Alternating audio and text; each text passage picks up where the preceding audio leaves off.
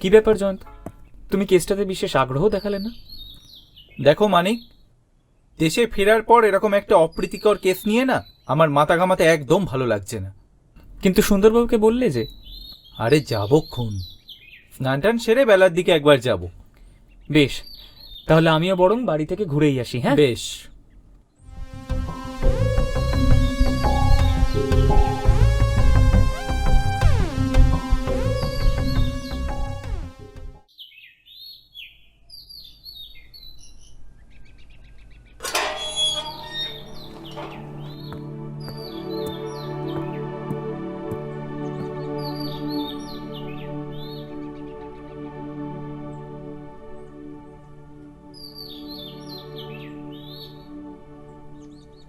এই হলো রামবাবুর বাড়ি।